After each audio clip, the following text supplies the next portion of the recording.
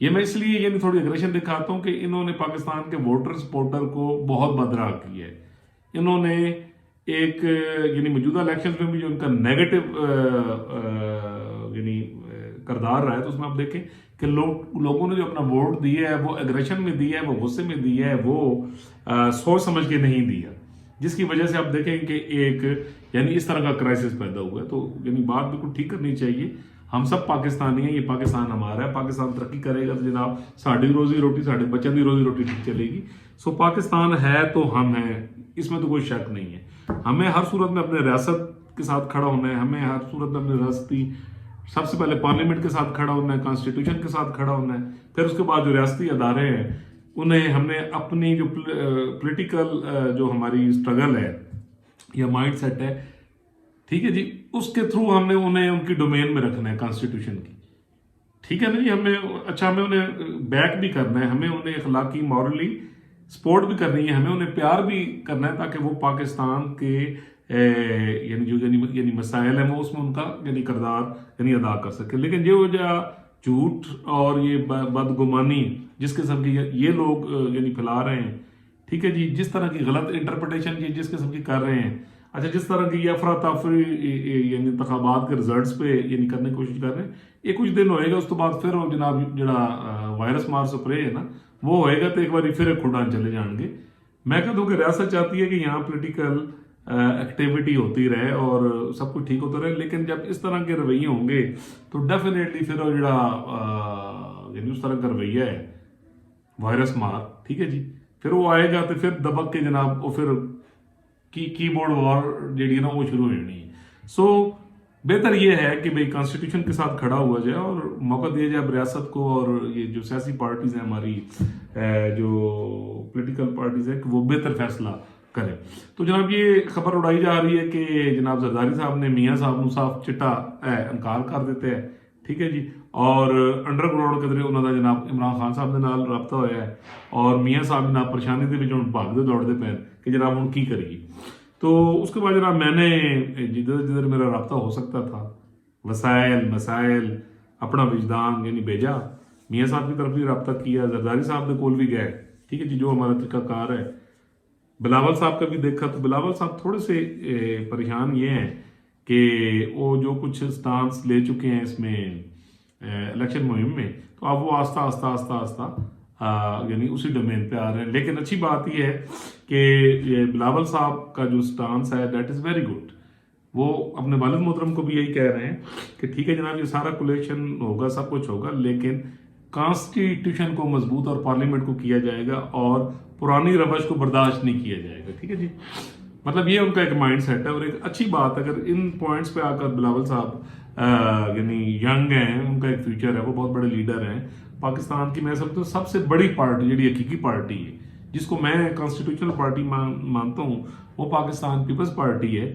اور اس نے یہ ثابت بھی کیا. آپ دیکھیں چاروں صوبوں میں اس نے یعنی ڈومین میں اس کے خلاف بڑی سازشیں بھی ہوئی، رستے بھی اس کے روکے گئے. یعنی پچھلے 40 سالوں میں آپ دیکھیں کہ جس طرح ان کے ساتھ یعنی ظلم بربریت اور جس قسم کا یعنی رکھا گیا ہے، اس کے باوجود جناب میں کہتا ہوں زرداری صاحب، بلاول صاحب اور پورا پاکستان پیپلز پارٹی کا کارکن، ایون پنجاب میں ماشاءاللہ اس دفعہ جو ملتان میں انہوں نے پرفارم کی ہے، راجہ پرویز اشرف صاحب کی سیٹ ہے.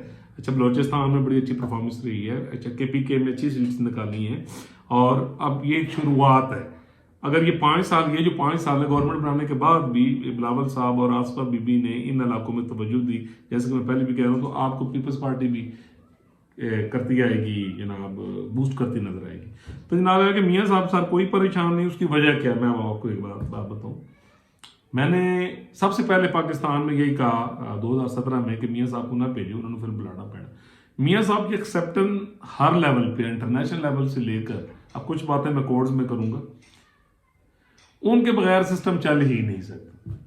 ان کے بغیر آپ کا یہ جو یعنی معاشی ایجنڈا ہے وہ چیزیں جا ہی نہیں سکتی. تو میاں صاحب میں نے پہلے بھی کہا تھا کہ وزیر اعظم بڑھن یا نہ بڑھن، ریاست کی کنجی پھر بھی انہیں ہاتھ چوئے گی. تو ہوں بھی ہے یہ میں آپ کو نا یعنی بڑا ٹیکنیکلی ایک بات بتا رہا ہوں کہ واقعی ان کے پاس یعنی کنجی ہے. کہ معاملہ سب سے بڑا معیشت کا ہے، جو جس طرح ستیہ ناز پاکستان کے دستور کے مجرموں نے 2017 سے کی ہے. پھر وائرس بھی پیدا ہوا ہے جس نے اب پاکستان کو اس کرائسس میں ڈال دی. ابھی بھی ایک بندہ مجھے ملا ہے, میں کہ تسی ووٹ دیتے ہیں کہ جی پی ٹی آئی نو, میں کہ یار کس گل سے متاثر ہو کے کوئی کام کیتا؟ انہوں نے کہا کوئی کام نہیں کیتا. وہی والی بات ہے. لیکن پھر جو انہوں نے کہا وہ میں ادھر یعنی میڈیا چ بہ کے کمزور آدمی میں کیا کہہ سکتا ہوں, ٹھیک ہے جی. لیکن وہ کیا ایک پولرائزڈ کیا گیا, ایک مس پرسپشن, ٹھیک ہے جی, ایک وائرس بنا دیا گیا. ڈیفینیٹلی یہ وائرس اب میں یہ سمجھتا ہوں کہ ان انتخابات کے پاس 70% اپنی موت مار گئے, ٹھیک ہے جی. 5 سال اگر اچھی ڈیلیورنس ہو جاتی ہے اور ساری پولیٹیکل پارٹیز آئین کو مضبوط کرتی ہیں, پارلیمنٹ کی سپرمیسی مضبوط کرتی ہیں, ٹھیک ہے جی, اور ایک ایسی امینڈمنٹس کر دیتی ہیں کہ یہ دھرنے کرنے والے چکر ان پہ یعنی پابندی لگاتی ہیں, اور کورٹس کو اور وہ ادارے جو جمہوریت کو ڈیریل کرتے ہیں, ٹھیک ہے جی, ان کو قانونی طور پہ شکنجہ کس دیتی ہیں. تو آپ دیکھتے یعنی آپ دیکھیں گے کہ اے وائرس جڑا ہے آٹومیٹیکلی خود ہی یعنی ڈاما ڈول ہو جائے گا. ویسے بھی حالات ایسے ہیں کہ اب کوئی دھرنے واسطے نہیں کہے گا تو نہ ہی کوئی سپورٹ کرے گا. ہوں وہی موت ہونی ہے جس نے یہ کوشش کرنی ہے, مطلب, ٹھیک ہے جی. تو جناب ایسی خبریں ہی ہیں جناب کہ میاں صاحب اور زرداری صاحب کے درمیان بڑا سرپرائزنگ پیکج جڑا ہے وہ ہو چکا ہے. میں تمہیں بریکنگ نیوز دے رہے ہیں سر. تو یہ جناب اچانک سامنے آئے گا. آج مولانا صاحب سے بھی یعنی ملاقات ہوئی ہے, اور یعنی اس کے ساتھ ساتھ رابطہ ہوا ہے, اور اس کے ساتھ ساتھ خالد مقبول صدیقی صاحب سے ان کی ملاقات ہوئی وقت میں. تو کچھ چیزیں ایسی بنا دی گئی ہیں جو صرف 2-3 بڑوں کے علاوہ میں خالی مریم نے بھی نہیں پتا, ٹھیک ہے جی. اور جو لیڈران ہیں یہ یعنی پی ڈی ایم ایک قسم کی بحالی ہو رہی ہے. اب یہ کہہ رہے ہیں کہ بڑے بڑے جو یہ مین اسٹیک خالد مقبول صدیقی صاحب ہیں اور کچھ لوگ ہیں, انہوں نے پتہ ہے کہ ڈیسائیڈ ہو چکے ہیں, ٹھیک ہے جی. تو وہ اچانک ہی آپ کے سامنے آئے گا تو قوم کو ایک اچھی خوشخبری ملے گی, اور مارچ سے پاکستان کے حالات بڑے سموتھ ہونے شروع ہو جائیں گے. فتنہ فتور فرق سپرے بجے گا, بہتر ہو جائے گا. تو جناب خان صاحب کے نال کوئی رابطہ نہیں ہوا, اور یہی سننے میں آ رہا ہے کہ کوئی رابطہ نہیں کرے گا. انفارچونیٹلی میں تو ریکویسٹ کر چکا ہوں, لیکن میں آپ کو اطلاع دے رہا ہوں. اور جناب ریاست میں بھی کوئی سوچ ایسی نہیں ہے, اور زرداری صاحب اور میاں صاحب جو ہیں وہ حکومت سازی کے لیے مین جو ہے یعنی وہ فیصلہ کر چکے ہیں. وہ آپ کو آئندہ 48 گھنٹوں میں جو بمباسٹک سلسلہ ہے وہ تو نظر آئے گا. البتہ یہ جو ہیں آزاد امیدوار جناب یہ ہوں تو نٹتے نظر آن گے. اور اگر خان صاحب نے کوئی واضح اعلان نہ کیا, ٹھیک ہے جی, تو کنسنسس کی بات نہ کی, تو آپ آئندہ دیکھ لیں گے کہ یہ ٹائم کی میعاد ختم ہونے سے پہلے وہ پارٹیاں انسلیم ہوندے وہ جو میں کہہ رہا تھا نا آخر میں کہ 30 35 37 اور پھر کرتے 20 22 رہ جانی, خدا نہ خواستہ, ٹھیک ہے جی. تو اللہ کرے ایسا نہ ہو, لیکن یعنی ایسے ہی لگ رہا ہے. تو جناب حاصل کی ہوئے ہے, حاصل کچھ بھی نہیں, کھایا پیا کچھ بھی نہیں, گلاس تھوڑا باہر آنے دے. لوگ بڑے خوش ہیں جناب, اسی ووٹ پایا تو اسی کر دیتے ہیں جناب. تسی آسانیاں پیدا کر دیتی ہیں کس کے لیے, یہ آپ کو آنے والا وقت بتائے گا. اللہ تعالیٰ پوری دنیا پر, پاکستان پر, بچے بیل بوٹے پر اپنا کرم کرے, فضل کرے. اگر آپ نے میرا چینل سبسکرائب نہیں کیا کائنڈلی کر دیجیے, بیل آئیکن کا بٹن بھی دبا دیجیے, کمنٹ باکس میں اپنی آراء بھی ضرور بھیجیے. اور یاد رکھیے وجدان وہ چینل ہے جو آپ کو وہ خبر دے رہا ہے جو بالکل آج تک جو کہا ہے وہ ہوا ہے, ٹھیک ہے جی. اسی طرح اب جو کہہ رہا ہوں یہ بھی آنے والے 2-4 دنوں میں یعنی آپ کو پتہ لگ جائے گا. اور جڑے رہیں, سنتے رہیں, اور پاکستان بناؤ پروگرام میں میری مدد کریں. اللہ تعالیٰ سب کا حامی و ناصر. اللہ حافظ.